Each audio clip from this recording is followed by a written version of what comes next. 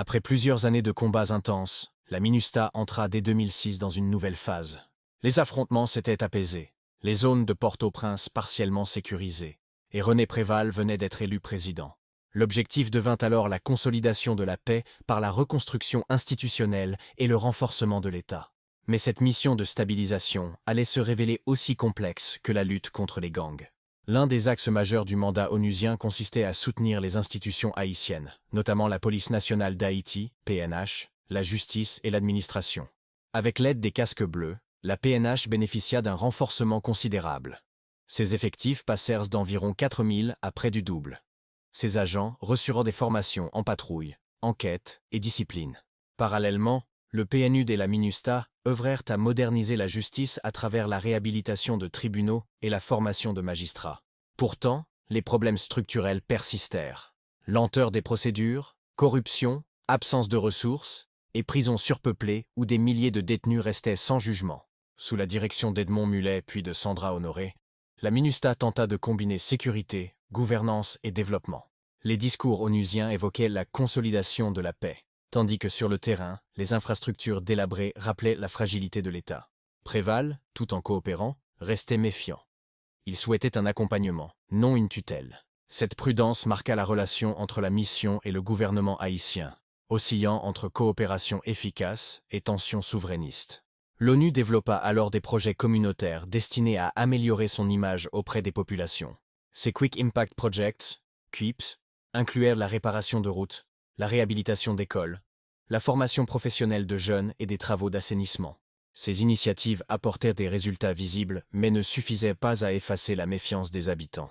Dans plusieurs quartiers, les casques bleus restaient perçus comme une force étrangère imposant son autorité. Certains intellectuels dénonçaient une atteinte à la souveraineté nationale, accusant la mission de maintenir Haïti sous dépendance internationale, où toute décision majeure passait par l'ONU et les grandes ambassades.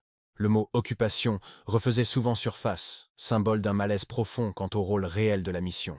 Pour restaurer sa légitimité, la MINUSTAH intensifia alors ses actions en faveur des droits humains, de la gouvernance démocratique et de la participation citoyenne. Des campagnes de sensibilisation contre les violences faites aux femmes, des formations pour journalistes, juges et fonctionnaires visaient à renforcer la société civile et les institutions. L'objectif était clair: transférer progressivement la responsabilité de la stabilité aux autorités haïtiennes. Cependant, entre le discours international et la réalité locale, un écart demeurait abyssal. La pauvreté s'aggravait, les inégalités se creusaient, les infrastructures restaient inexistantes. Dans les bidonvilles de Port-au-Prince, les promesses de développement semblaient lointaines. À l'intérieur même de la mission, des tensions apparurent entre les volets militaires et civils.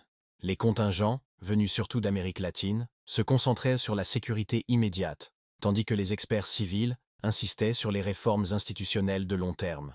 Cette divergence d'approche fragilisa la cohérence globale de la mission. Malgré cela, la MINUSTAH contribua au maintien d'un processus démocratique. Plusieurs élections, de 2006 à 2009, purent se tenir dans un climat relativement sûr, marquant un retour progressif à l'ordre constitutionnel, même si la participation populaire demeurait faible. Entre 2006 et 2009, Haïti connut une apparente stabilité. Les affrontements armés avaient diminué, la vie politique semblait reprendre son cours. Mais sous cette façade, les causes profondes de l'instabilité, pauvreté, exclusion, faiblesse institutionnelle, restaient inchangées.